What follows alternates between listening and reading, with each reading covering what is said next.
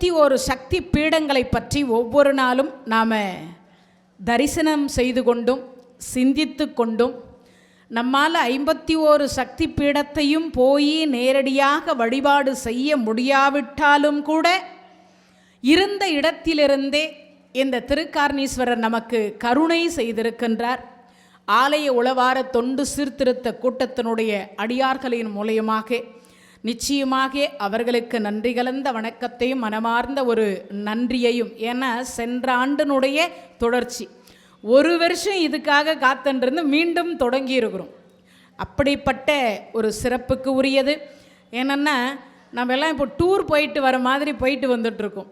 எப்படி நம்ம ஆலய தரிசனத்தை பண்ணிக்கிட்டு வர மாதிரி ஒவ்வொரு இடத்திற்கும் சென்று அதனுடைய வரலாறுகளை எல்லாம் தெரிந்து வைத்து கொண்டு அதனுடைய வரலாறுகள் அனைத்தையும் சிந்தித்து கொண்டு இறைவன் என்னென்ன திருவிளையாடலை எல்லாம் ஒவ்வொரு தலத்தில் இறைவனும் இறைவியும் செய்திருக்கிறார்கள் என்பதையெல்லாம் நாம் சிந்தித்து கொண்டு வருகிறோம். நேற்றைய தினத்தில் திரு ஆலங்காடு, அதற்கு பிறகு பார்த்தீங்கன்னா கொல்கத்தா காளி அப்படின்னு சொல்லக்கூடிய அந்த தலத்தை பார்த்தோம். பூரி ஜெகநாதர் அப்படின்னு சொல்லக்கூடிய தலத்தை பற்றி தான் நாம் நேற்றைய தினத்தில் சும்மா மேலோட்டமாக சில சிறப்புகளை மட்டும் பார்த்தோம். இன்றைய தினத்தில் பூரி ஜெகநாதர் அப்படின்னு சொல்லக்கூடியவருடைய ஆலயத்தில் என்னென்ன அதிசயம் நகர்ந்து கொண்டிருக்கிறது, இந்த அதிசயமெல்லாம் எப்படி நடக்கின்றது, அதோட இன்னொரு சிறப்பு, இன்னைய வரைக்கும் அறிவியல் என்று சொல்லக்கூடியதன் மூலியமாக கூட கண்டுபிடிக்க முடியாத அளவுக்கு ரகசியங்கள் நிறைந்திருக்கக்கூடிய ஒரு தலம் பூரி ஜெகநாதர் அப்படின்னு சொல்லக்கூடிய அந்த தலம். அப்படி என்னென்ன ரகசியம் இருக்குது, அங்கே வழிபாட்டு முறைகள் என்ன, அந்த சிலையினுடைய வடிவமைப்பு என்ன, இது அத்தனையும் இன்றைய தினத்தில் நாம் தெரிந்து கொள்ளுவதற்கு, அதாவது பார்த்தீங்கன்னா முழுமையாக தெரிந்து கொள்ளுவதற்கு ஒரு சிறப்பு அப்படின்னு சொல்லலாம். அப்படிப்பட்ட ஒரு சிறப்புக்கு உரியது இந்த பூரி ஜெகநாதர் ஆலயம். பைரவி பீடம் என்று சொல்லக்கூடியது இந்த பீடத்தினுடைய பெயர் கோவர்த்தன பீடம் அப்படின்னு சொல்லுவாங்க. ஒடிசா என்று சொல்லக்கூடிய ஒரிஷா மாநிலத்தில் கிழக்கு திசையில் வங்க கடற்கரை ஓரமாக இந்த பைரவி பீடம் அமைந்திருக்கிறது. அதற்கு பிறகு பார்த்தீங்கன்னா கிருஷ்ணர், பலராமர், சுபத்திரை இவங்களை தான் அங்கே வழிபாடு பண்ணுறாங்க. நேற்றைக்கே இதை நினைவுபடுத்தி சொல்லியிருக்கு, நினைவுக்கு நான் மீண்டும் சொல்கிறேன். அதற்கு பிறகு பார்த்தீங்கன்னா புராண காலத்தில் இந்த பகுதியை ஆண்ட மன்னன் இந்திரயுத்மனன் அப்படின்னு சொல்லக்கூடியவன். அவன்தான் இந்த கோயிலை பராமரிப்பு செய்து வடிவமைத்து, அது மட்டும் இல்லை பூஜையும் செய்திருக்கிறார். அவர் தான் அந்த கோயிலை கட்டினது. ஆனால் நம்ம தமிழ்நாட்டில் இருக்கக்கூடிய தஞ்சை பிரகதீஸ்வரர் கோயிலை கட்டிய ராஜராஜ சோழனுடைய பேரப்பிள்ளை தான் அந்த ஆலயத்தை முதல்ல கட்டியவர். நல்ல கை தட்ட மாட்டேங்கிறீங்களே. தமிழ்நாட்டிலிருந்து போய் ஒரிஷாவில் போய் கோயில் கட்டியிருக்கிறாங்க பகவானுக்குன்னாக்க எவ்வளோ பெரிய விஷயம் இல்லையா? அப்படிப்பட்ட ஒரு விஷயத்தை செய்தவர்கள். அதுக்கப்புறம் பார்த்தீங்கன்னா நிறைய வழிபாட்டு முறைகள் எல்லாம் அங்கே இருந்தது. சரி, அப்போ எப்படி இந்த சிலையை நம்ம பூஜை செய்வது அப்படிங்கிற ஒரு மன்னனுக்கு ஒரு எண்ணம் தோன்றுகிற பொழுது இறைவன் கனவுல சொல்கிறார், ஒரு கட்டை மிதந்து வரும், அந்த கட்டையில் என் சிலை வடிவமைப்பாயாக அப்படின்னு சொன்னார். சரி, அந்த கட்டை எப்படி வந்தது, எதனால் வருகிறது அப்படிங்கிறதையெல்லாம் இப்போ நம்ம பார்க்க போகிறோம். இறைவனுடைய கருணையினால் இந்திரயுத்மனன் அப்படின்னு சொல்லக்கூடியவன் அந்த மன்னர் கனவில் இதை சொன்ன உடனே கட்டை மிதந்து வரும்னு சொல்லியிருக்காரே, நம்ம போய் பார்ப்போம் அப்படின்னு அவர் போகிறார். அப்படி போகிற பொழுது அந்த தண்ணியில் மிதந்து வருது. மிதந்து வந்த உடனே அந்த கட்டையை கொண்டு அந்த இடத்துல, சரி இதில் தானே சிலை செய்ய சொன்னார் அப்படின்னு ஸ்தபதிகளை, ஆச்சாரியை கூப்பிட்டு சிலை செய்ய சொல்கிறார். ஒரே ஒரு உளி வச்சு அப்படி அடித்தார். அந்த உளி மங்கி போய் உடஞ்சி போச்சு, ரெண்டாக உடைந்துட்டது. பார்த்த உடனே மரத்தில் போய் உளி உடையுமா ஒரு கேள்வி வரும். அப்போ அந்த சிலை எப்படி வடிவமைப்பது? அவர் சொல்லிட்டார், அந்த ஆச்சாரியால் சொன்னார், உளியே உடைஞ்சி போச்சு, நான் எப்படி செய்வது? அந்த நேரத்தில் பகவானே நாராயணரே ஒரு கிழ பருவத்தை எடுத்துக்கொண்டு ஆச்சாரி வேடம் பூண்டு, சபதி வேடம் பூண்டு அவரே வருகிறார். மன்னா, நான் வடிக்கின்றேன் இந்த சிலையை, நான் இந்த சிலையை வடிக்கிறேன், எனக்கு ஒரு 21 நாள் டைம் கொடுக்கணும். எத்தனை நாள்? 21 நாள் டைம். அந்த 21 நாள் டைம் அப்படின்னு சொல்லக்கூடியது தாங்கள் தருவீர்களே ஆனால் நான் இந்த சிலையை வடிவமைத்து கொடுக்குறேன். ஆனால் 21 நாளும் நான் ஒரு அறையில் தான் உட்கார்ந்துருப்பேன். அந்த அறை பூட்டப்பட்டு இருக்கும். நீங்களே கூட வெளியில் தாப்பால் போட்டு பூட்டை பூட்டி கொள்ளலாம். 21 நாள் வரைக்கும் என்னை யாரும் தொந்தரவு செய்யக்கூடாது. 21 நாளைக்கு அவருக்கு சாப்பாடு மற்றது எல்லாம் அங்கேயே, அவர் வெளியில் வரவே மாட்டார். அதுக்கு தகுந்தாற் போல மன்னன் ஏற்பாடு செய்து கொடுத்தார். சரி, எல்லா ஏற்பாடும் நடந்தது. அந்த சிலையை கொண்டு போய் உள்ளே வைத்து, அதாவது அந்த கட்டையை கொண்டு போய் உள்ளே வச்சு வடிவமைக்கிறார். 15 நாள் உளியினுடைய மரத்தில் வந்து செய்கிற பொழுது சத்தம் வருமா? மரத்தில் உளி வச்சு செதுக்குறாங்க, சத்தம் வருமா? 15 நாள் சத்தம் கேட்குது. 15 நாள் சத்தம் இடையில ஒரு 3 நாள் வந்து சத்தம் கேட்கல. இந்த மன்னனுக்கு ஒரு சந்தேகம் வந்துடுச்சு. என்ன சந்தேகம்? ஒருவேளை சரி செதுக்கிறன்னு சொல்லிட்டு சாப்பிட்டுட்டு தூங்கிட்டார் போலுக்குது. 15 நாள் சத்தம் கேட்டது, 3 நாளாக பார்த்தா சத்தமே கேட்கல. இந்த அவசரப்பட்டு மன்னன் என்ன பண்ணிட்டார்னா கதவை திறந்துட்டார். கதவை திறந்துட்டார். பாதி உருவத்தை தான் அவர் வடித்திருந்தார். மன்னா, அவசரப்பட்டு இப்படி பண்ணிட்டியே, கோவப்பட்டார் அந்த ஸ்தபதி. அவசரப்பட்டு இப்படி பண்ணிட்டியே, மீதம் இருக்கக்கூடிய 4 விட்டுருந்தா நான் முழுசாக இந்நேரம் நான் செதுக்கி முடிச்சிருப்பேன், இந்நேரம் வடிவமைத்து முடிச்சிருப்பேன், சிலையை செய்து முடித்திருப்பேன். இப்படி அவசரப்பட்டுட்டிய பொறுமை இல்லாமல் அப்படின்னு சொன்ன அடுத்த வினாடி பார்த்தீங்கன்னா இனி இந்த சிலை செய்ய முடியாதுன்ட்டார். ஏன்னா சொன்ன வாக்கை மீறி விட்டாய், அதுக்கப்புறம் நான் எங்கேருந்து சிலை செய்வது, செய்ய முடியாது அப்படின்னு சொல்லிட்டு அந்த பாதி சிலை அப்படியே நின்றுடுது. கை பாதியாக தான் இருக்கும், இந்த இடுப்பு வரைக்கும் தான் சிலை இருக்கும், அதுக்கு கீழே சிலை இருக்காது. அந்த வடிவமைப்பு என்று சொல்லக்கூடியது கீழே மட்டும் பாதத்தை மட்டும் வரைஞ்சி வச்சுருப்பாங்க, அவ்வளவுதான் இருக்குது. நடுவில் இருக்கக்கூடிய உடம்பு இதெல்லாம் இல்லை. அப்போ அந்த சிலையை வைத்து 3 சிலை, ஒன்று பகவான் எம்பெருமான் கிருஷ்ணர், இன்னொன்று பலராமர், இன்னொன்று சுபத்திரை. இந்த 3 சிலையை அவர் வடித்திருந்தார். 2 பக்கம் 2 அண்ணன், நடுவில் ஒரு தங்கை அப்படின்னு சொல்லக்கூடிய சுபத்ரா தேவி. இவர்களை அந்த இதையே கொண்டு போய் நீ பிரதிஷ்டை செய்து இதையே பூஜை செய்வாயாக, 12 ஆண்டு காலத்திற்கு ஒரு முறை புதிய மரத்தில் இந்த சிலையை நீ செய்வாயாக அப்படின்னு சொல்லிட்டார். இது சொல்லியாச்சு. இது ஒரு பக்கம், ஒரு கதை. இது ஒரு கதை, பூரி ஜெகநாதனுடைய வரலாற்றில் இது ஒரு கதை. இது நேற்றைய தினத்தை சுருக்கமாக பார்த்தோம், இன்றைக்கி கொஞ்சம் விரிவாக பார்த்துருக்குறோம். இதுக்கு அடுத்தாற் போல் இப்போ கனவுல சொன்னார் இல்லையா, அதே போல் அதாவது பார்த்தீங்கன்னா பகவான், இந்த பகவானுடைய முதல்ல வந்து மகாபாரதத்துக்கு இப்போ திருப்பி ரிட்டன் போகிறோம் நாம் எல்லாரும்.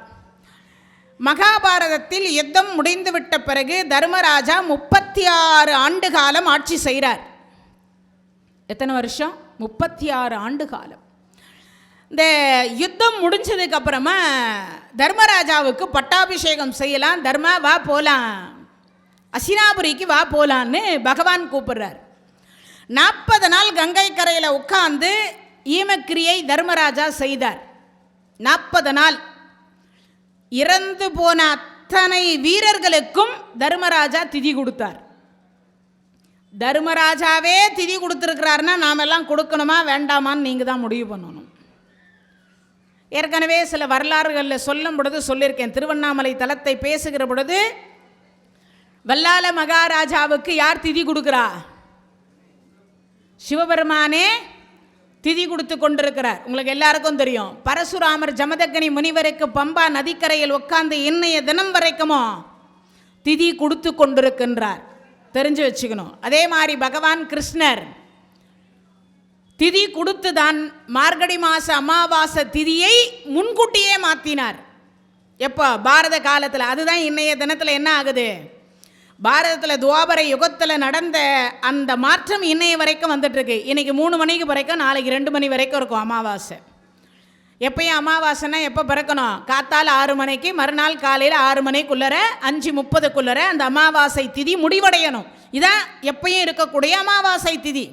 ஆனால் துவாபர யுகத்தில் தர்மத்தின் வாழ்வு தன்னை சூது கவ்வும், இறுதியில் தர்மம் வெல்ல வேண்டும் என்கின்ற ஒரே காரணத்திற்காக இன்னைக்கு என்ன திதி? இன்னைக்கு என்ன திதி? சதுர்த்தி, சங்கட. அதை நல்லா தான் சொல்லுங்களேன், ஏன் அவ்வளவு சந்தேகமாக சொல்கிறீங்க? அதுபோல் சதுர்த்திதி அப்படின்னு சொல்லக்கூடிய அமாவாசைக்கு முந்தைய தினத்திலேயே என்ன கொடுத்துட்டார்? திதி கொடுக்க உட்கார்ந்துட்டார். அப்போ தான் சூரியனும் சந்திரனும் ஒரு சேர ஒரு தேர் ஏறி வந்து பூமிக்கு வரக்கூடிய திதிக்கு அமாவாசை. முன்பே இந்த கதை பார்த்துட்டோம். அப்போ பகவானும் திதி கொடுத்துருக்கார் அப்படிங்கிறது இதிலிருந்து உங்களுக்கு தெரிஞ்சிருக்கும் இல்லையா? அதே மாதிரி இப்போ திதி கொடுத்து 40 நாள் முடித்தார் தர்மராஜா, யுத்தம் முடிஞ்சதுக்கப்புறம். இப்போ அசினாபுரைக்கு தர்மராஜா, பீமராஜா, அர்ஜுன நகல சகாதேவர் உள்ள நுழையணும். தர்மராஜா சொல்கிறார், கிருஷ்ணா நான் அசினாபுரிக்கு வரமாட்டேன்றார். ஏண்டாப்பா, யுத்தம் முடிஞ்சு போச்சு, அத்தனை பேரும் இறந்து போயிட்டான், இனி ஆட்சி பீடத்தில் உட்கார வேண்டியது தர்மராஜா நீதான். அப்படி இருக்கும் பட்சத்தில் நான் வரமாட்டேன்னு சொல்கிறியே கிருஷ்ணா. எனக்கு அதெல்லாம் இல்லை, என் பெரியம்மா யார் காந்தாரியை பார்ப்பதற்கு எனக்கு பயமாக இருக்கிறது அப்படின்னா. யார்? காந்தாரியை பார்க்கறதுக்கு எனக்கு பயமாக இருக்குன்னு தர்மராஜா சொல்கிறார். ஏன்னார்? ஒன்றும் இல்லை கிருஷ்ணா, 100 பிள்ளைகளை பெற்றவை இன்னைக்கு கொல்லி போடுறதுக்கு கூட பிள்ளை இல்லாமல் இருக்கிறாளே, அவள் வயிறெறிஞ்சு நீ நாசமாக போடா தர்மான்னா நான் நாசமாக போயிட மாட்டேனா? பத்தினி சாபம் அல்லவா, பழிக்கும் அல்லவா? அதனால் எனக்கு பயமாக இருக்குது, நான் முதல்ல போய் பெரியம்மாவை பார்க்க மாட்டேன், பெரியப்பாவை பார்க்க மாட்டேன்.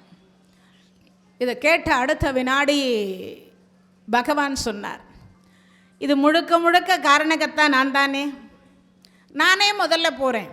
அந்தம்மா ஒரு வேளை கோபத்தில் சாபம் கொடுக்கறதா இருந்தால் எனக்கே கொடுக்கட்டும் அப்படின்னு சொல்லிட்டு முதல்ல போய் காந்தாரியை பகவான் தான் பார்க்கிறார். அத்தை, நான் கிருஷ்ணன் வந்திருக்கின்றேன். கிருஷ்ணா, என்னென்னமோ சூழ்ச்சி பண்ணி என் பிள்ளைங்க 100 பிள்ளைங்களையும் கொன்னுட்டியே, இது நியாயமா? அத்தை, நான் கொல்லவில்லை, நீங்கள் தான் கொன்றீர்கள். கிருஷ்ணா, அபத்தம் அபத்தம், பெத்த பிள்ளையே யாராவது தாய் கொல்லுவாளா? 90 வயசு கிழவியானாலும் ஈஸ்வரா, என் பிள்ளை உடம்பு சரியில்லாமல் படுத்துருக்கு, வேணும்னா என் உயிரை எடுத்துக்கோ, என் பிள்ளை உயிரை விட்டுடு அப்படின்னு இல்லை கேட்பா. 90 வயசு கிழவியே கேட்பான்னா நான் 100 பிள்ளைய பற்றவை என் பிள்ளைங்க செத்து போகணும்னு நான் நினைப்பேனா? கிருஷ்ணா, நீ என்ன சொல்கிற? இதை கேட்ட அடுத்த வினாடி அப்போ தான் ஒரு வார்த்தை பகவான் சொன்னார். அத்தை, நீங்கள் பத்தினி தானே? கிருஷ்ணா, சிவசிவா, இது என்ன அபத்தமான கேள்வி? உலகமே சொல்லி கொண்டிருக்கின்றது நான் மகா மகா மகா மகா மகா பதிவிரதேன்னு. அப்படி இருக்கும் பட்சத்தில் 100 பிள்ளைகளும் தன் தாய் தந்தையர் காலில் விழுந்து ஆசீர்வாதம் வாங்கிட்டு பிறகுதானே போருக்கு புறப்பட்டார்கள். ஆமாம், அப்போ நீங்கள் என்ன வாழ்த்துனீங்க? கிருஷ்ணா, பிள்ளைங்க காலில் விழுந்தாங்க, நான் என்ன வாழ்த்தினேன்? நீங்கள் நினைவுபடுத்தி சொல்லுங்கள் அத்தை. எனக்கு நல்லா நினைவு இருக்கிறது கிருஷ்ணா. என்ன நினைவு இருக்கிறது? துரியோதனன் உங்கள் காலில் வந்து விழுந்தான், நீங்கள் மகா மகா பதிவிரதை, துரியோதனா உனக்கு வெற்றி உண்டாகட்டும் என்று நீங்கள் சொல்லி இருந்தால் துரியோதனனுக்கு வெற்றி உண்டாயிருக்கும் அல்லவா? ஆனால் நீங்கள் எங்கே என்ன வார்த்தை சொன்னீங்க? மீண்டும் நினைவுபடுத்தி சொல்லுங்கள் பார்ப்போம் அப்படின்னார். துரியோதனன் காலில் விழுந்தா, காந்தாரி அம்மையார் வாழ்த்துகிறார்கள், தர்மம் எங்கு உளதோ அங்கு வெற்றி உண்டாகட்டும் என்று தானே வாழ்த்தினாய். அத்தை, தர்மம் ஜெயித்தது, நான் அல்ல. உங்கள் வாக்கு, நீங்க என்ன சொன்னீங்க? துரியோதனா உனக்கு வெற்றி உண்டாகட்டும், தாய் சொல்லி பழிச்சிருக்குமே. நீங்கள் அதுவும் மகா மகா பதிவிரதையாச்சே, நீங்கள் ஏன் துரியோதனன் ஜெயிக்க வேண்டும் என்று நினைக்கவில்லை? நீ என்னென்னமோ சொல்லி என்னை மடக்குகிறாய், அதெல்லாம் மடக்க வேண்டாம். நான் 100 பிள்ளையை பறி கொடுத்தேன் கிருஷ்ணா, 99 பேர் அந்த பீமன் கொன்னான், பரவாயில்லை, என் மனம் சாந்தி அடைந்தது. கடைசி பிள்ளை விகர்ணன், ஒரு பாவமும் அறியாதவன், பட்ட பகலில் நட்ட நடு சபையில் 13,60,000 அரசர்கள் அமர்ந்திருக்கின்ற பொழுது அந்த திரௌபதி சேலையை பிடித்து இழுக்கின்ற பொழுது, பாவிகளே உங்கள் வாய் என்ன ஊமையா, காது என்ன செவிடா என்று நியாயம் கேட்டவனையாவது விட்டிருந்தால் எனக்கு அவன் கொல்லி போட்டிருக்க மாட்டானா? அவனையும் விடாமல் கொன்று விட்டானே. அத்தை, நான் சொல்லி தெரிய வேண்டியது இல்லை, இருந்தாலும் சொல்லுகிறேன். இந்த நெல் நடுகிற பொழுது கூட களையும் சேர்ந்து வரும். அப்படி நெல் பயிர் நல்லா இருக்கணும்னா அந்த களையை எடுத்தாதான் பயிர் நன்றாக வளரும். அப்படி பயிரை, அந்த நெல் பயிரை வளர்ப்பதற்கு இந்த விவசாயிகள் என்ன பண்ணுவாங்கன்னா களை எடுப்பார்கள். அப்படி களை எடுக்கின்ற பொழுது அதில் ஒரு சில நெல் பயிரும் சேர்ந்து வரும். இன்னொரு உதாரணம் சொல்லட்டுமா? என்ன, இந்த நெல்லை அடித்து தூத்துவார்கள், பார்த்துருப்பீங்க காத்துக்கு. அப்போ பார்த்தீங்கன்னா பதிரு தனியாக பிரியும், நல்ல நெல் தனியாக பிரியும். ஒரு சில நெல் மணியும் அந்த பதிரில் போய்விடும். அதுபோலதான் இந்த விகர்ணனுடைய இறப்பும். அவன் கொல்ல மாட்டேன் என்றுதான் சொன்னான். உன் பிள்ளையாகத்தான் வழியே போய், அண்ணா நீங்க கொடுக்கக்கூடிய உயிரை வைத்து நான் வாழ்ந்தால் 99 அண்ணன்மார்கள் இறந்து விட்டு மானங்கட்டி இவன் வாழ்கிறானே என்று இந்த உலகம் என்னை பேசும். அண்ணனை கொன்றவன் பிச்சை போட்ட உயிரை வைத்து வாழ்றான் என்று என்னை ஏசும். அது மட்டும் இல்லை, எனக்கு வீர சொர்க்கம் கிடைக்காமல் நரகம் கிடைக்கும். ஏன்னா நான் என்னதான் 100ல் ஒருவனா நல்லவனா இருந்தாலும் கூட இந்த 100 பேர் எனக்கு முன்னாடி பிறந்த தீயவர்களாக இருப்பதனால இந்த ஒரு நல்லவனுக்கு உலகத்தில் ஒரு மரியாதையும் இல்லை. அதனால தான் சொல்வாங்க, 100ல் ஒரு வார்த்தை சொன்னானே, 100ல் ஒரு வார்த்தை சொன்னானே, 100ல் ஒருவன் ஒரு வார்த்தை நியாயம் கேட்டான். யாருக்காக? திரௌபதிக்காக நியாயம் கேட்டான். தன் கூட பிறந்த அண்ணன் என்று தெரிந்தும் கூட அவன் செய்வது தவறு என்று சுட்டி காட்டினான். அது மட்டும் இல்லை, இன்னொன்றும் அந்த இடத்துல நடந்தது. பகவான் தூது போகிற பொழுது பகவான் கிருஷ்ணர் தனியாக வந்திருக்கிறார், பாண்டவர்கள் இல்லாமல் வந்திருக்கிறார்கள். எப்படியாவது அந்த கிருஷ்ணனை கொன்றுவிட வேண்டும் என்று 40 லட்சம் பேர் மல்லர்கள், அரக்கல்கள், எச்சர்களை நிலவரையில் வைத்துவிட்டு மேலே பொய்யான மூங்கில் ஆசனம் போட்டு கொள்ளுவதற்கு திட்டம் தீட்டினார்கள் கௌரவர்கள். அந்த சபையில் விகர்ணன் உட்கார்ந்திருந்தான். பெத்த அப்பனுக்கு எப்படி சுப்பிரமணியர் எப்படி என்ன சொன்னார், பிரணவத்திற்கு பொருள் சொன்னார் இல்லையா, அது போல பெத்த அப்பனுக்கே நீதியை உரைத்த ஒருவன் யாரான விகர்ணன். ஒரு வார்த்தை சொன்னான். எல்லாம் திட்டம் போட்டு பகவானை கொல்லணும்னு நினைச்சு திட்டம் போட்டாச்சு. திட்டம் தீற்றவன் கண்ணில்லாத குருடன். யாரு? திருதராஷ்டிரன் தீற்றான். அப்ப சொன்னார் எழுந்து நின்று, ஏற்கனவே என்ன பாவம் செய்தீரோ, இந்த ஜென்மத்தில் இறைவன் உங்களுக்கு கண்ணை கொடுக்கல, அந்த இறைவனே இப்போ தூதாக வந்திருக்கிறார். தூதரை மாதரை கொல்லுவது மகா மகா மகா பாவம். நீங்கள் கொல்லக்கூடியதற்கு பின்னாடி அத்தனை பேரும் அனுபவிப்பார்கள். அது மட்டும் இல்லை, பகவானுக்கு வெட்டிய பள்ளத்தில் அத்தனை பேரும் நீங்களே விடுவீர்கள் என்று முதல்ல நீதியை எடுத்து சொல்லி அப்பனை திருத்துவதற்கு முயற்சி செய்த ஒரு பிள்ளை அப்படின்னா விகர்ணன். அப்பனுக்கு பாடம் சொன்ன சுப்பையனை போன்று கடைசி பிள்ளையாக இருக்கக்கூடிய விகர்ணன் அப்பனுக்கே அறிவுரை சொன்னான். அந்த சபையிலிருந்து எழுந்து வெளியில போனா, பாவிகளே உங்கள் அத்தனை பேருக்கும் நரகம் கிட்டும், இறைவனுக்கா பள்ளம் வெட்டுறீங்க, அந்த பள்ளத்தில் அத்தனை பேரும் நீங்களே விழுவீர்கள் அப்படின்னு சொன்னான். சொன்னவன் யாரான்னு கேட்டா விகர்ணன். அப்பேற்பட்ட நல்லவன். யார் அவன்? விகர்ணன். அப்பதான் இந்த கதையை பகவான் இந்த இடத்துல சொல்றார். சொல்லி முடிச்சாலும் காந்தாரியினுடைய மனம் அங்கு கொதிக்கிறது. ஏன்? 100 பிள்ளைய வாரி கொடுத்துருக்குறான். நம்ம ஒரு பிள்ளைய வாரி கொடுத்தாலே 1000 கோடி சாபம் விடுவோமா இல்லையா?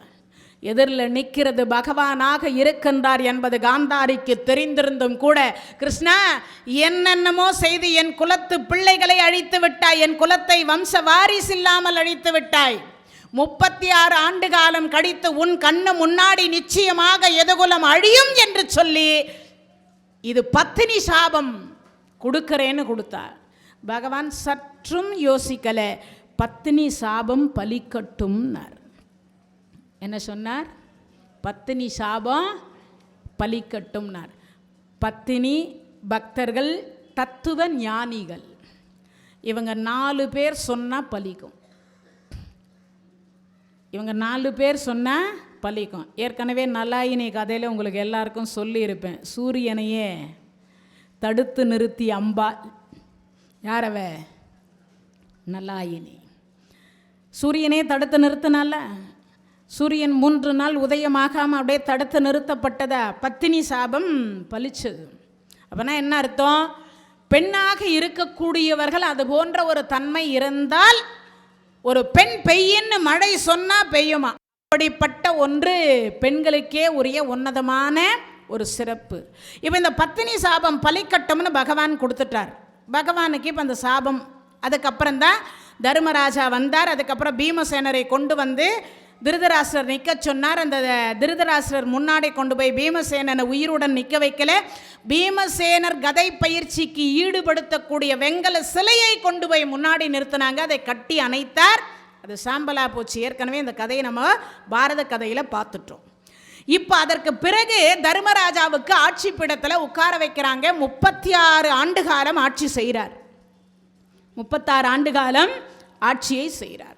இப்போ அந்த 36 ஆண்டு காலம் ஆட்சியை செய்து முடித்து விட்ட பிறகு பார்த்தீங்கன்னா, அதுக்கப்புறம் தான் ஒரு சில நிகழ்வுகள். இது எந்த கதைக்குன்னா, நம்ம மாணிக்க பீடம் அப்படின்னு சொல்லக்கூடிய பீடத்திற்கு 27வது பீடம் அப்படின்னு சொல்லக்கூடிய திரட்சா ராமபீடம் அப்படின்னு சொல்லக்கூடிய மாணிக்காம்பாள் மாணிக்க பீடம் 27வது வரும். அதுக்கடுத்து துவாரகை வருது. அதுக்கடுத்த பீடம் துவாரகை தான் வருது. நான் அதில் உங்களுக்கு அந்த கதையை நான் விரிவாக்கம் பண்ணுறேன் முழுமையாக. இப்போ நம்ம பூரி ஜெகநாதர் ஆலயத்திற்கு போயிடலாம். இப்போ அந்த 36 ஆண்டு காலம் ஆட்சி செய்ததற்கு பிறகு இடையில சில கதைகள் நடந்து எதுகுலம் பகவான் கண்ணு முன்னாடியே அழியுது. ஏன்னா துவாரகைக்கு அந்த கதையை சொல்லணும்.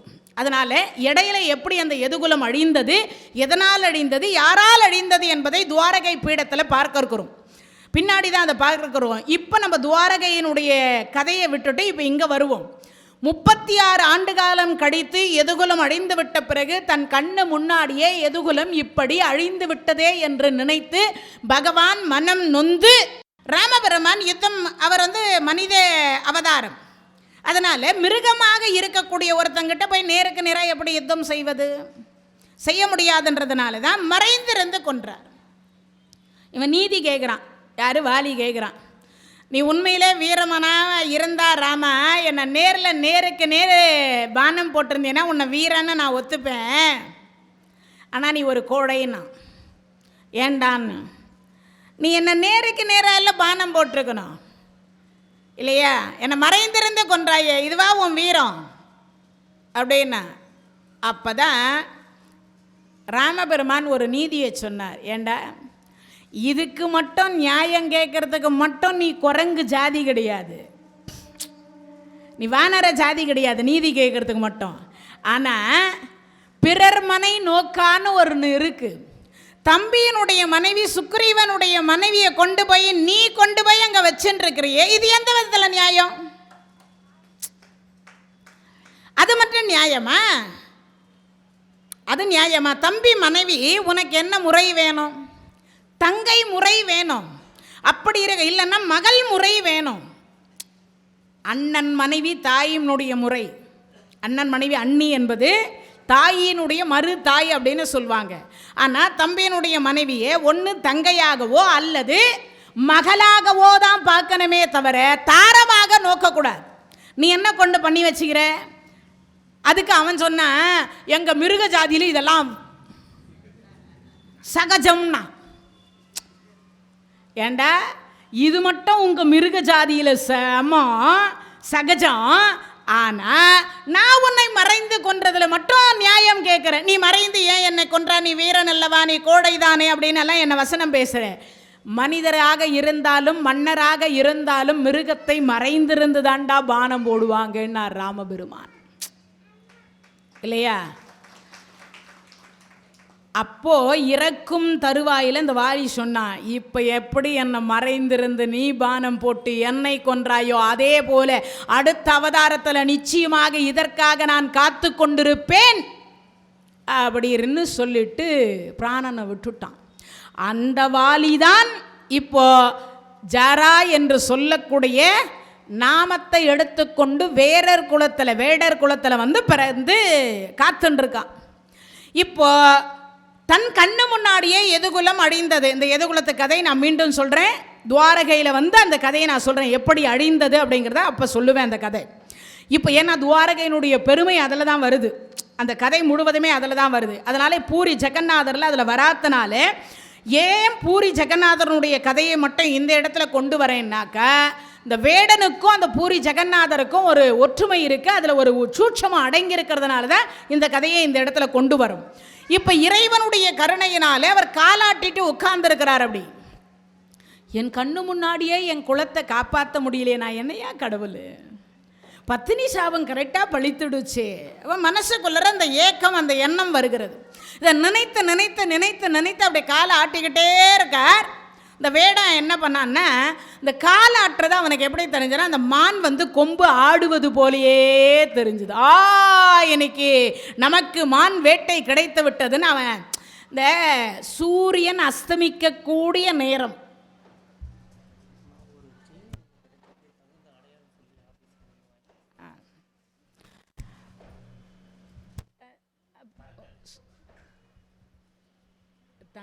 தங்கமா எப்படி சரி ஓகே, செயின் வந்து ஒன்று கிடச்சிருக்கான்.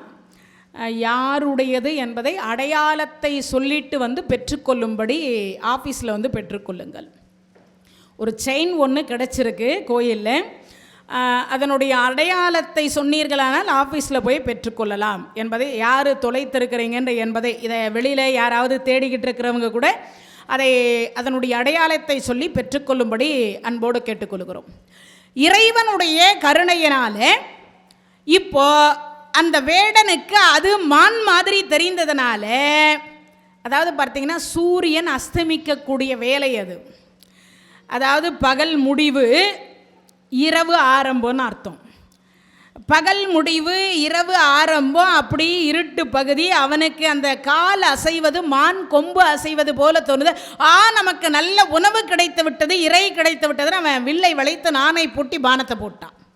போட்டதுக்கு அப்புறமா தான் என்ற ஒரு சத்தம். ஓடி வந்து பார்த்தா பகவான் கிருஷ்ணர். பகவானுக்கு தெரியும் இவன் முன்ஜென்மத்தில் இருந்தவன், ஆனால் அவனுக்கு தெரியாது, வேடனுக்கு தெரியாது. ஏன்? நம்மெல்லாம் தெரிஞ்சுட்டு அப்புறம் நாமெல்லாம் கடவுள் ஆகிட மாட்டோமா?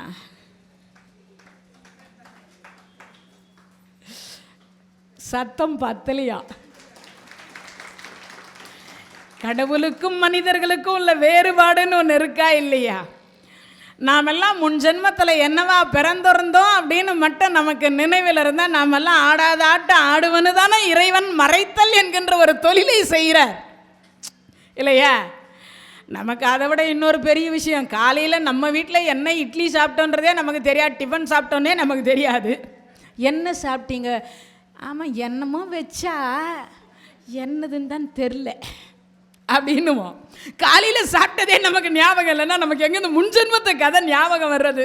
நம்ம எல்லாம் அந்த அளவுக்கு அறிவாளிகளோ ஞானிகளோ கிடையாது இல்லையா?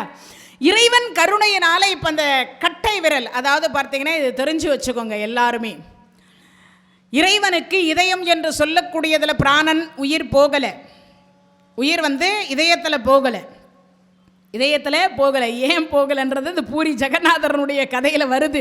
அதுக்காக தான் இவ்வளவு கதையை நான் சொல்லின்னு உக்காந்துருக்கிறேன். இப்போ பகவானுக்கு அந்த அவதாரத்தில் எந்த இடத்துலடா பிராணன் அப்படி சொல்லக்கூடியது இருந்தது அப்படின்னு பார்த்தீங்கன்னா, இந்த 17வது நாள் அப்படின்னு சொல்லக்கூடியதில் யுத்தம் செய்கிற பொழுது குந்தியம்மா வரம் வாங்கினா இல்லையா, கர்ணங்கிட்ட போய் நாகாஸ்திரத்தை ஒரு முறைக்கு மேல் மறுமுறை அர்ஜுனன் மீது விடாதே அப்படின்னு சொல்லி ஒரு வரம் வாங்கினா இல்லையா, அந்த வரதம் வாங்கியது பகவானுக்கு தெரியும். ஒரு முறை அவன் நாகாஸ்திரத்தை விட்டான், அது ரீங் ரீங் ரீங் என்று ரீங்காரம் விட்டுட்டு வருது, யாரு? அர்ஜுனனை கொல்லுவதற்கு.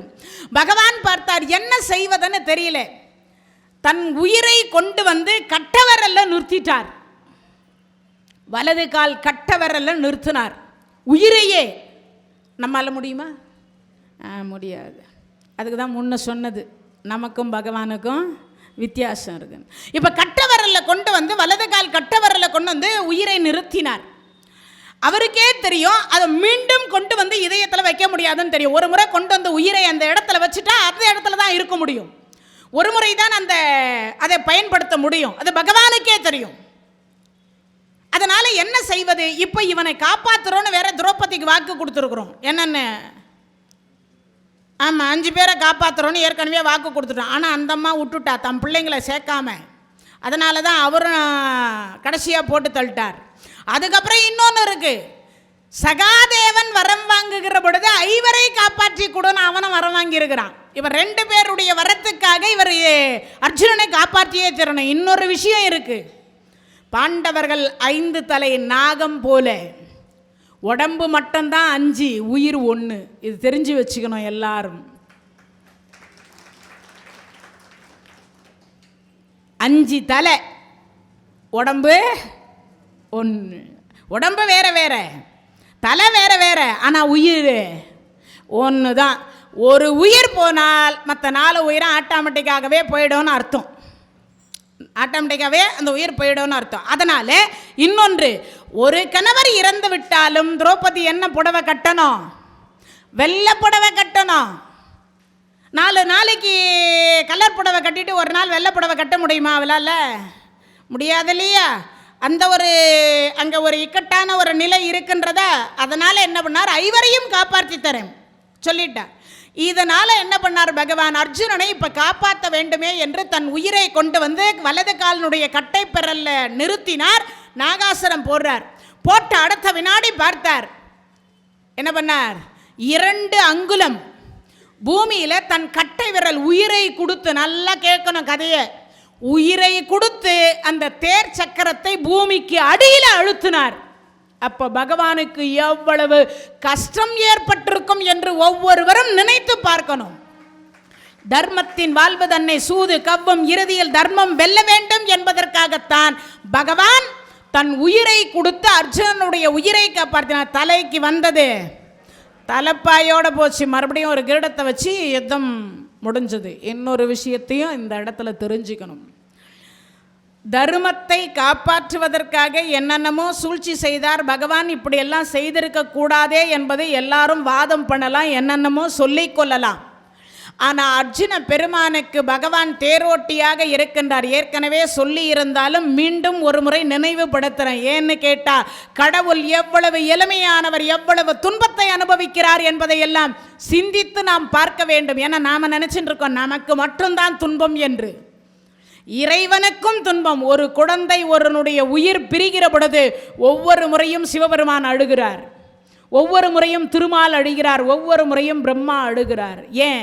இந்த குழந்தையை இப்படி படைச்சி இப்படி காப்பாற்றி இப்படி பண்ணி எல்லாம் பண்ணி இந்த குழந்தையினுடைய பிராணன் இப்படி போகிறதே என்று இறைவனுக்கும் வருத்தத்தில் தான் உட்கார்ந்துருக்கிறார். நாம தான் நினைக்கிறோம் நம் கர்மா நம்ம தீர்க்கிறோம், அவ்வளவுதான் விஷயமே அங்கே. ஆனால் இறைவனுக்கு அது வருத்தமாகத்தான் இருக்கிறது.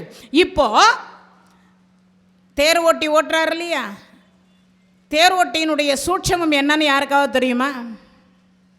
அவர் இந்த பின்பக்கம் அம்ராத்தூன் அப்படின்னு இருக்கும், அதில் பானம் இருக்கும், அதிலிருந்து அவர் பாட்டுக்கு எடுத்து வளைச்சி போட்டுக்கிட்டே இருக்கணும். யார்? வில்லை பானம் போடக்கூடியவர்கள் போட்டுட்டு இருக்கணும். ஆனால் தேரோட்டி நீ இப்படி ஓட்டு, தேரோட்டி நீ இப்படி ஓட்டுன்னு வாயில் சொல்ல முடியாது. ஏன்?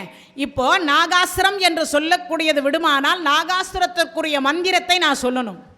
ராமபானம் விடுறாருன்னா நன்மையும் செல்வமும் நாளும் நல்குமே, திண்மையும் பாவமும் சிதைந்து தேயுமே, ஜன்மமும் மரணமும் இன்றி தீருமே, இம்மையே ராமா என்னும் 2 இடத்தினால் மந்திரம் சொல்லணும். அடுத்து சிவபானம் விட போறார் அப்படின்னா, சிவசிவ என்கிற தீவினையாளர் சிவசிவ என்றிட தீவினை மாலும், சிவ சிவ என்றிட தேவரும் அவர், சிவ சிவ என்ன சிவகதி தானே. இது நான் வந்து உங்களுக்கு உதாரணத்திற்காக இந்த பாடல்களை சொல்லி காட்டுறேன், வேற ஒன்றும் இல்லை. அப்போ ஒரு மந்திரம் சொல்லணும். வாய் மந்திரம் சொல்லும், கை வேலை செய்யும், பார்வை எதிரியின் மீது இருக்கும், குறி பார்த்து கொண்டிருக்கும். இந்த நேரத்தில் தேரோட்டி வலது பக்கம் திருப்பு, இடது பக்கம் திருப்பு சொல்ல முடியுமா? சொல்ல முடியாது. அப்போ பின்னாடி அமர்ந்திருக்கக்கூடிய மன்னன் வலது காலை உதைத்தால் வலது பக்கம் திரும்ப வேண்டும், இடது காலை உதைத்தால் இடது பக்கம் திரும்ப வேண்டும். நேர்ல முதுகு தண்டுல உதைச்சா நேரா போன அர்த்தம். தேர மேல தூக்குனா மேல உதைப்பார், கீழே தூக்குனா கீழே உதைக்கணும். அப்ப 18 நாளும் பகவான் எத்தனை உத வாங்கி இருப்பார் அர்ஜுனன் கையில் காலால. யோசிச்சு பாருங்க. நம்ம சாதாரணமாக நினைக்கிறோம் பகவான் தேர் ஓட்டிட்டார் அப்படின்னு சாதாரணமாக நினைக்கிறோம். அப்போ தர்மத்தை காப்பாற்றுவதற்காக தன்னை விட யாரு 3 மாதம் சிறியவர் யாரு? அர்ஜுன பெருமான். 3 மாதம் சிறியவர், அப்படி 7 மாதம் சிறியவர். ஏன்னா இவர் ஆவணி, அவர் பங்குனி. பங்குனி உத்தரத்தன்னைக்கு பிறந்தவர் தான் அர்ஜுன பெருமான். இவர் ஆவணி அஷ்டம திதி ரோகிணி நட்சத்திரத்தில் பிறந்தவர் யாரு? பகவான். 7 மாதம் இவருக்கும் அவருக்கும் டிஃப்ரெண்ட். 7 மாதம் பெரியவராக இருக்கக்கூடிய 7 மாதம் சிறியவராக இருக்கக்கூடியவர் இடத்துல எத்தனை ஒரு நாளைக்கு எத்தனை உத வாங்கி இருப்பார் யோசிச்சு பாருங்க. அப்போ அவ்வளவு கஷ்டம் இல்லையா? அப்படிப்பட்ட ஒரு சிறப்புக்கு உரியது. இப்போ நாகாசுரத்தை விடத்த தன் உயிரை கொண்டு வந்து எங்கே நிறுத்தினாரு? கட்டவரல்ல நிறுத்திடுறாரு. இப்போ அந்த கட்டவரல்ல தான் யார் போட்டான் பானம்? இந்த வேடன் போட்டான். இப்போ கரெக்டாக அந்த உயிர் அங்கே தான் போய் பட்டுச்சு. பட்ட உடனே சிறிது நேரத்துக்குள் இறைவனுடைய பிராணன் பிரிந்தது. அது பின்னாடி துவாரகையில் வருகிற பொழுது அந்த கதை எப்படி பிரிந்தது என்பதெல்லாம் பின்னாடி சொல்கிறேன். இப்போ பிராணன் பிரிந்தது, உடம்பு வந்து கட்டையாயிடுச்சு. யாருடையது? பகவானுடையது. அங்கே இருக்கக்கூடியவர்கள் பார்த்தார்கள், இறைவனுடைய உடம்பை எடுத்து தீ மூட்டுறாங்க. எல்லா பாகமும் எரிந்தது. மறைந்து நின்று பார்க்குறான் அந்த வேடன். என்ன பண்ணுறாங்க என்ன பண்ணுறாங்க என்ன பண்ணுறாங்க என்ன பண்ணுறாங்கன்னு பார்த்தா எல்லா பாகமும் எரிந்தது, இதயம் மட்டும் எரியவில்லை. பகவானுடைய இதயம் மட்டும் எரியலை.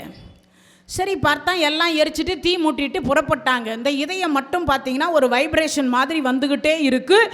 அது பாட்டுக்கு ஒரு சத்தத்தை கொடுத்து கொண்டே இருக்குது. இவன் மறுப்பில் என்ன பண்ணால் அந்த நெருப்பில் எடுத்துட்டு மறுபடியும் தனியாக நெருப்பு போட்டு கொளுத்தி பார்த்தான். திருப்பி மறுபடியும் அந்த நெருப்பில் போட்டு பார்த்தான். பல முறை செய்தும் கூட அந்த இதயம் எரியவில்லை, எரிஞ்சும் சாம்பலாகவில்லை.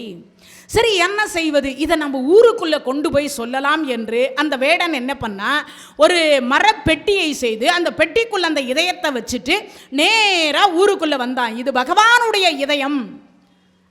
நான் சொன்னேன் பகவான் இதயம் எங்கிட்ட இருக்குதுன்னு சொன்னால் நீங்கள் யாருன்னா நம்புவீங்களா? ஐயோ அதுக்கு பைத்தியம்ன்பீங்க. உண்மையா இல்லையா? ஒரு வேடன், அவனோ வேடன், அவனோ விலங்குகளை வேட்டையாடி உண்ணக்கூடியவன். விலங்குகளை வேட்டையாடி கொண்டு வந்து பிறரிடத்துல கொடுத்துட்டு அதை வைத்து உணவு உண்ணுகின்றவன். அவன் போய் பகவானுடைய இதயம் என் கையில் இருக்குது, இது பகவானுடைய இதயம்னு சொன்னால் யாராவது நம்புவோமா? யாரும் நம்பலை. பல நாட்கள் வந்து வச்சுட்டு இருந்தான், இது பகவானுடைய இதயம் நீங்கள் வாங்கிக்கோங்க, இது பகவானுடைய இதயம் நீங்கள் வாங்கிக்கோங்கன்னு என்னென்னமோ யார் யார்கிட்டையோ அந்த கூவி வியாபாரம் செய்வாங்களே அந்த மாதிரி சொல்லி பார்த்தா. ஆனால் யாரும் வாங்கின பாடு இல்லை. எவ்வளோ பெரிய பொக்கிஷம் இறைவன் கொடுத்திருக்கிறார், கருணையின் அருவினா கொடுத்துக்கிறார். ஆனால் அதை வைத்து அவனுக்கு என்ன செய்ய தோணலை? பூஜை செய்ய தோணலை.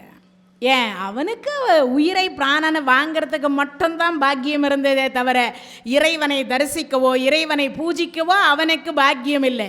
ஏன்? அவன் அருளாலே அவன் தாள் வணங்கி, வணங்குறதுக்குன்னு ஒரு புண்ணியம் பண்ணியிருந்தால் மட்டும்தான் வணங்க முடியும், இல்லைன்னா வணங்க முடியாது. இப்போ இந்த இதயத்தை வேறு கையில் வச்சுட்டு இருந்தவர் பார்த்தார், பல நாள் கையிலேயே இருந்தது, பல நாள் அந்த பெட்டிக்குள்ளேயே இருந்தது.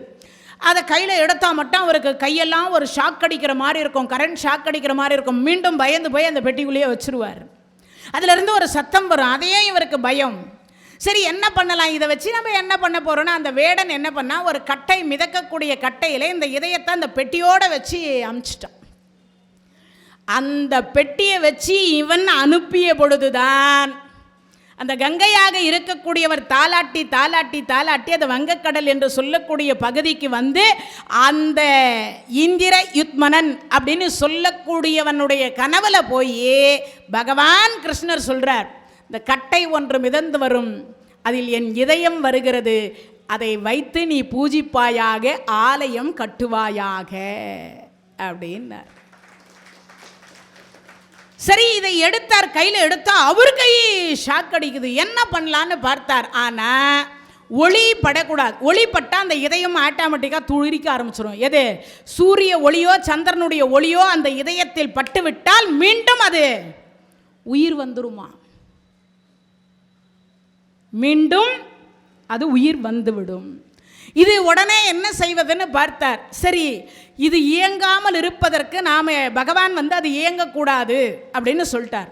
சூரியனுடைய ஒளியும் படக்கூடாது, சந்திரனுடைய ஒளியும் படக்கூடாது அப்படின்னு சொல்லிட்டு, அதனால் நீ அதற்கு நான் அனுப்பிய அந்த கட்டை என்று சொல்லக்கூடியதிலேயே என் உருவத்தை வடைந்து அதில் இந்த இதயத்தை மறைத்து வைத்து விடுவாயாக அப்படின்னு சொன்னார். இப்போ அதை தான் ஆச்சாரி எடுத்து உளியில் செதுக்கிற உடனே அந்த என்னாச்சு, உளி உடைந்து போனது. அந்த ஆச்சாரியே இறைவனே ஆச்சாரி சொரூபத்தில் அதை செதுக்கிற பொழுது பாதி தான். 15 நாள் கழித்து 3 நாள் உளி சத்தம் கேட்கலன்னு மன்னன் போய் திறந்துட்டார். திறந்த உடனே பாதி உருவம் தான் வடிக்கப்பட்டது. மீதி உருவத்தை வடிப்பதற்குள்ள பொறுமை இல்லாத காரணத்தினால என்ன ஆயிற்று, அந்த உருவத்தையே இறைவனாக பாவித்து வழிபாடு செய் அப்படின்னு பகவான் சொல்லிட்டு அந்த ஆச்சாரி சொரூபத்தில் இருந்த ஸ்தபதி சொரூபத்தில் இருந்தவர் மறைஞ்சிட்டார். அதற்கு பிறகு இவர் கருவறை அப்படின்னு சொல்லக்கூடியதை கட்டி அந்த கருவறையில் பலராமர், சுபத்திரை, பகவான் கிருஷ்ணர் மகாபாரத யுத்தம் என்று சொல்லக்கூடியது முடிந்து 5000 ஆண்டு காலம் ஆகிறது. எத்தனை வருஷம்? 5000 ஆண்டு காலம் ஆகிறது. 5000 வருடமாக இன்னமும் இறைவனுடைய இதயம் துடித்து கொண்டிருப்பதாக ஐதீகம். அந்த இறைவன் எங்கு இருக்கிறார்னா பூரி ஜெகநாதரனுடைய ஆலயத்தில் பகவான் கிருஷ்ணருடைய சிலையில் இருக்கிறார். இப்போ அதுக்குள்ளரை என்னென்ன அற்புதங்கள் நடந்து கொண்டிருக்கின்றது என்றத செய்தியை இப்போ பார்க்க போகிறோம். ஏன்னு கேட்டால் நிறைய பேர் உண்மையாக இருக்குமா பொய்யா இருக்குமா, இப்படியெல்லாம் கட்டுக்கதை எத்தனை பேருக்கு கட்டுறாங்க.